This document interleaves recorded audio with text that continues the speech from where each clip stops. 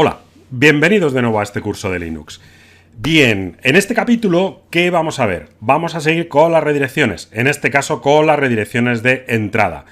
Bueno, las redirecciones de entrada, como ya supondréis, es algo que se espera que venga por la entrada estándar, el estándar input, el teclado, pues vamos a cambiarlo y vamos a, digamos, mandarlo desde un fichero, ¿de acuerdo? Entonces vamos a empezar por algún comando muy sencillito, ¿no? Entonces, por ejemplo, el comando tr, que ya hemos visto como ejemplo hace un par de vídeos, ya sabemos que sustituye caracteres. Por ejemplo, si pongo OA y le doy al intro, ahora por la entrada estándar él me va a pedir cosas. Si pongo hola, pues él va sustituyéndolo, ¿no?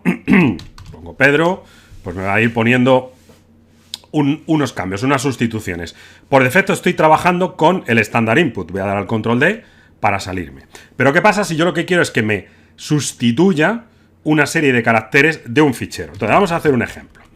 Si yo pongo echo, esto es una prueba, y lo mando, vemos que ahora estoy haciendo la redirección de salida, y lo mando a un fichero llamado f2.txt. De manera que si hago un cat de f2.txt, pues tiene este texto. Si yo pongo tr o, la e por una x, por ejemplo, quiero sustituir todas las es por una x, y si le pongo el menor, estoy utilizando el símbolo de redirección de entrada. Le estoy diciendo que en vez de esperar la entrada estándar, el estándar input, utilice otra entrada, en este caso un fichero. A ver, recordad lo que os he comentado ya desde que hemos empezado estos capítulos. Para Linux todo es un fichero. La entrada, la salida, los teclados, los monitores, todo, porque él lo ve como un fichero, aunque luego por detrás haya un hardware, ¿vale? Pero el Linux se comporta así. Entonces yo lo que estoy diciendo en realidad es cambiarle un fichero estándar, que es el estándar input que él espera, por otro fichero, f2.txt. Entonces vemos que ahora f2.txt va a mandar, bueno, en realidad tr va a coger la entrada de este fichero y va a sustituir la e por x. ¿Lo veis? ¿De acuerdo? De hecho, si hago ahora echo, aquí hay menos pruebas, y lo mando a f2.txt para que ahora tenga dos líneas, ¿vale? Vamos a hacer el cat, vemos que tiene dos líneas. Si hago la misma operación de entrada, tr, e, patatín, vemos que vuelve a hacer lo mismo, ¿de acuerdo?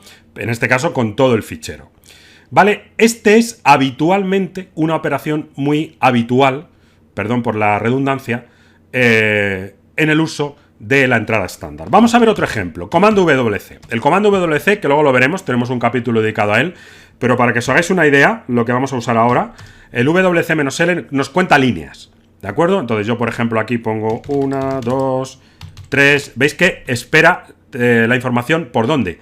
Por la entrada estándar, por el teclado. Si yo ahora termino con control D para terminar la entrada, voilà, me dice que he puesto 3 líneas. ¿Vale? Pues lo mismo puedo utilizar wc-l, pero en vez de decir que lo coja de la entrada estándar, que lo coja del fichero f2. ¿Veis? Y me dice que el fichero f2 tiene 2 líneas. ¿De acuerdo? Ya os comento, no os preocupéis mucho del comando wc, lo veremos con más detalle posteriormente, porque es un comando utilísimo para hacer scripts y para muchas otras cosas. Bueno, y luego algunos estaréis pensando, bueno, con la salida estándar yo tenía el mayor, que era el añadir. ¿Existe algo parecido aquí con el menor? Sí, pero el uso es un poco distinto.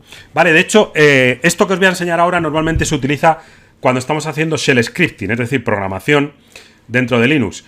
Pero no quiero dejar de terminar el capítulo sin que entendáis un poco su funcionalidad. ¿De acuerdo?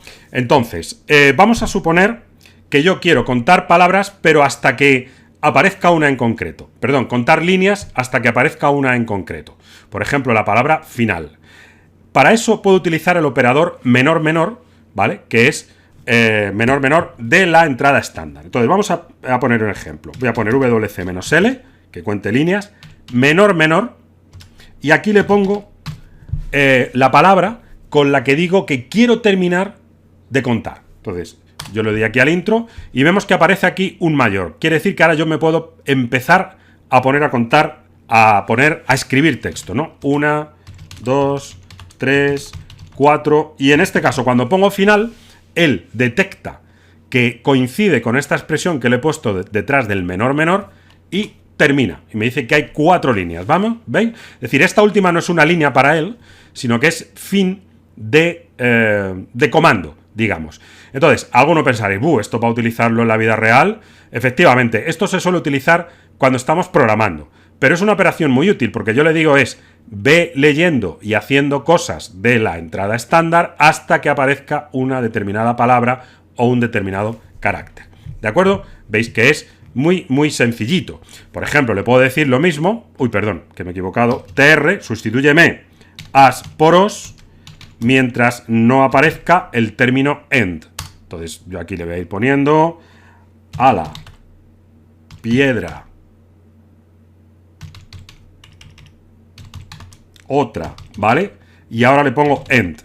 Y veis que el resultado lo hace al final. Es decir, si yo hubiera puesto menor, por cada línea lo ejecuta. En cambio, si pongo menor menor, espera a terminar toda la secuencia para ejecutar el comando. ¿Veis la diferencia? Básicamente entre tener un solo menor y 2 menores, ¿de acuerdo? Como ya os comento, el menor menor es, de hecho lo usaremos en varias ocasiones en alguna práctica a lo largo del curso, en la parte de shell script, pero como veis es un comando muy interesante y muy potente. Bueno, espero que con esto os haya quedado, en estos 2 vídeos, el concepto de redirección de entrada y redirección de salida, ¿de acuerdo? Vamos a ver ahora la redirección de errores en el siguiente capítulo, ¿de acuerdo? Venga, hasta ahora entonces.